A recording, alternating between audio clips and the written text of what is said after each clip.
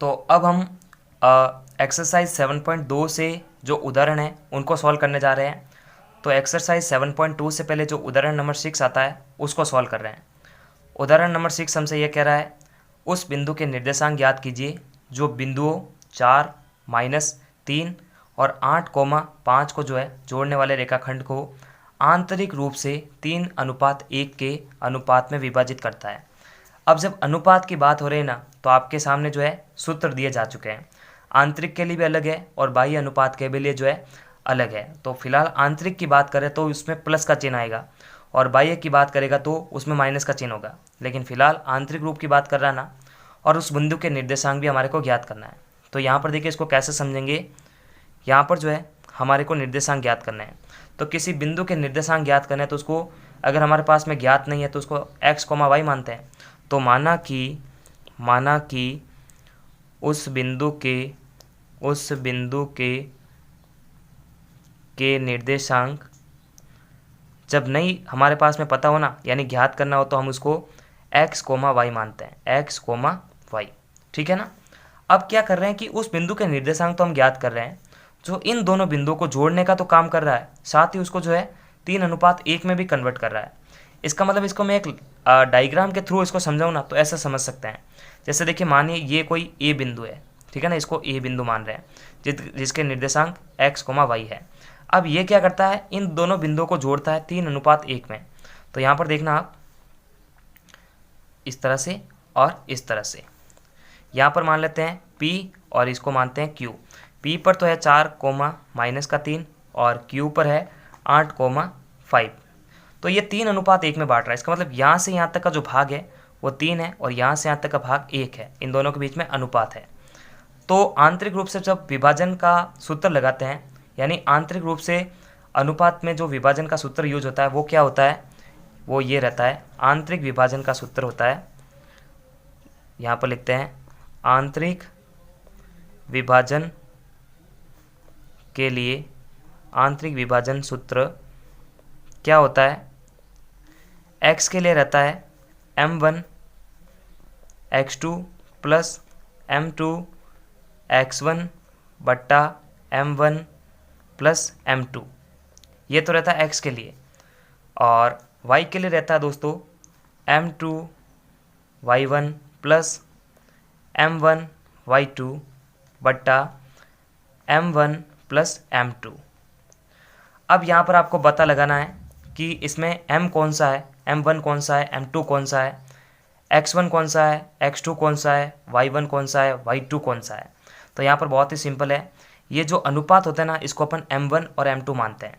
तो यहाँ पर देखिए m1 बराबर 3 है और m2 जो है वो है 1। तो m1 और m2 भी हमारे पास में आ चुके हैं। अब x1 और y1 कौन से हैं, तो देखो ये x1 ये y1, ये x2 ये y2। तो करना क्या है, इनको इस सूत्र के अंदर अप्लाई करना है, जिससे क्या होगा, इस x का मान निकल जाएगा और उससे जो है इस y का मान भी निकल जाएगा। तो यहाँ पर देखो मैं इसको अप्लाई कर देता हूँ, यानी आंतरिक विभाजन सूत्र और बाह्य विभाजन सूत्र का जो है आपको अंतर आना चाहिए। अगर बाह्य विभाजन की बात करता तो इन सूत्र के जो मध्य है माइनस का चिन्ह आता, और अगर आंतरिक की बात करा तो फिर प्लस का चिन्ह होगा। तो यहाँ पर देखो इसको अप्लाई करते हैं, x का यानी इस ए बिंदु का निर्देशांक निकालते हैं। ये तो डायग्राम के बेस पर समझाया, अगर डायग्राम का यूज़ ना करो, सीधा डायरेक्ट करो तो भी प्रॉब्लम नहीं होगी। तो यहाँ पर हम क्या करेंगे, इस x को ज्ञात करने के लिए m1 यानी देखो 3 इंटू x2, तो देखो ये तो x1 x2 sorry x1 y1 और x2 y2, तो x2 तो हमारे पास में 8 है, प्लस m2 यानी 1 इंटू x1 यानी 4 बट्टा m1 प्लस m2, तो m1 हमारे पास में 3 और 1 है, ठीक है ना, यानी 3 प्लस 1। इसी सूत्र का यूज़ कर रहे हैं। अब इसको सॉल्व कर दीजिए। तो यहाँ पर x बराबर 3 × 8 24, 4 × 1 4 और 3 + 1 4, तो 24 और 4 हो जाएंगे 8 बट्टा 4, यानी देखो सॉरी 28 हो जाएगा ये, तो 7 चौक 28। तो x की जो वैल्यू आएगी वो 7 आएगी, ठीक है ना। x की वैल्यू तो 7 आ चुकी है। अब उसी प्रकार y की वैल्यू निकालेंगे, तो y की वैल्यू भी इसी तरह से निकल सकती है। m2 मतलब 1 इंटू m2, ये देखो इस सूत्र के अंदर जो है ना आप कभी कभी चेंज भी कर सकते हैं। जैसे मैंने यहाँ पर m1 x2 लिया, m2 पहले ले लिया, तो इसमें कोई प्रॉब्लम वाली बात नहीं है, ठीक है ना। तो आप कैसे भी ले सकते हो, उत्तर हमारा सेम ही आएगा।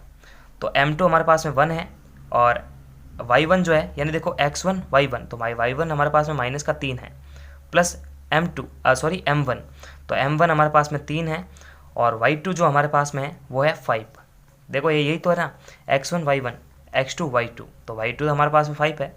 अब m1 प्लस m2 यानी इन दोनों का योग, तो 3 प्लस 1 कितना रहेगा, ये हो जाएगा। तो देखो इसको हम कैलकुलेट करते हैं, तो सिंपल तरीके से ही जो है इसको कैलकुलेट किया जा सकता है। तो यहाँ पर देखना 1 इंटू माइनस का 3 ये हो जाएगा माइनस का 3, प्लस 3 पंजे 15, और 3 प्लस 1 कितना हो जाएगा 4 हो जाएगा। अब देखो प्लस माइनस माइनस, तो बड़ी संख्या का चिन्ह काम आने वाला है, तो 15 में से माइनस का 3 निकलेगा, बचेगा 12, और नीचे है 4, तो 4 तिया 12, यानी y का जो वैल्यू आ रहा है वो कितना आ रहा है, y बराबर 3।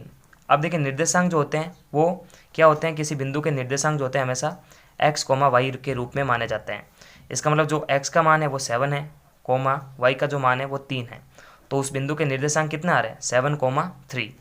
तो आंतरिक विभाजन का सूत्र और बाह्य विभाजन का सूत्र हमारे को किस तरह से यूज करना है वो क्वेश्चन की कंडीशन पर जो है डिपेंड करता है। तो ये बहुत ही सिंपल है, उस बिंदु के निर्देशांक ज्ञात करने तो x, y मान लीजिए, फिर दोनों बिंदुओं को देखिए कि कहाँ कितने दूरी पर हो सकते हैं, तो 3, ये देखो ये 3 भागित होंगे और एक भाग तो छोटा होता है, इसलिए इसको इस तरह से एडजस्ट किया हमने।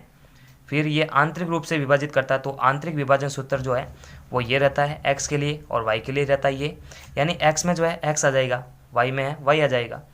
बस यही रहेगा कि 1 के साथ में 1 नहीं आएगा, 1 के साथ में 2 आएगा, यानी m1 होगा तो x2 आएगा, m2 होगा तो x1 आएगा, और नीचे दोनों का योग रहता है। तो ये बहुत ही सिंपल है दोस्तों, एक दो बार इसको रिपीट करना, ये समझ में आएगा। तो नमस्कार, थैंक्स फॉर वॉचिंग, और पूरे चैप्टर की जो प्लेलिस्ट की लिंक है आपको वीडियो के डिस्क्रिप्शन बॉक्स में मिलेगी, वहाँ जाकर बैक टू बैक सारे वीडियोस देख सकते हैं। तब तक के लिए लाइक, सब्सक्राइब और शेयर करें। नमस्कार।